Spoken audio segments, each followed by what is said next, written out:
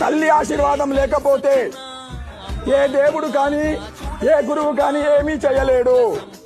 నాలాంటి 1,00,000 మంది గురువులు వచ్చినా మీలాంటి 1,00,00,000 మంది దేవతలు స్థాపించుకున్నా కూడా లాభం లేదు. మనందరికీ మొట్టమొదటి కావాల్సింది, ఏ తల్లి అయితే నిన్ను 9 నెలలు కడుపులో మోసిందో, ఏ తండ్రి వీర్యంలో నుంచి నిన్ను లోపలికి తీసుకున్నదో, ఏ తల్లి అయితే తండ్రి వీర్యంలో నుంచి నిన్ను లోపలికి తీసుకున్నదో, 9 నెలలు కడుపులో మోసిందో, 1,00,000 సార్లు ఏ తల్లి అయితే మరాన్ని మలమూత్రాల నుంచి తీసిందో, ఏ తల్లి అయితే నేను 1,00,000 సార్లు ఎరుగుతే ఉచ్చబోస్తే వామిటింగ్ చేస్తే తీసింది, ఆ 1,00,000 సార్లు ఏ తల్లి అయితే రక్తాన్ని కూడా పాలు చేసి తాపిందో, ఆ తల్లి ఆశీర్వాదం లేకపోతే ఈ ప్రపంచంలో మనము బతికి కూడా జీవించి కూడా లాభం లేదు.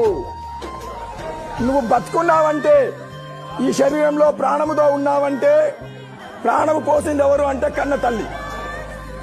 అందుకోసమని తల్లి మాతృదేవో భవ పితృదేవో భవ, తల్లిదండ్రుల ఆశీర్వాదం లేకపోతే గురువులు కానీ దేవుడు కానీ ఏమీ చేయలేడు.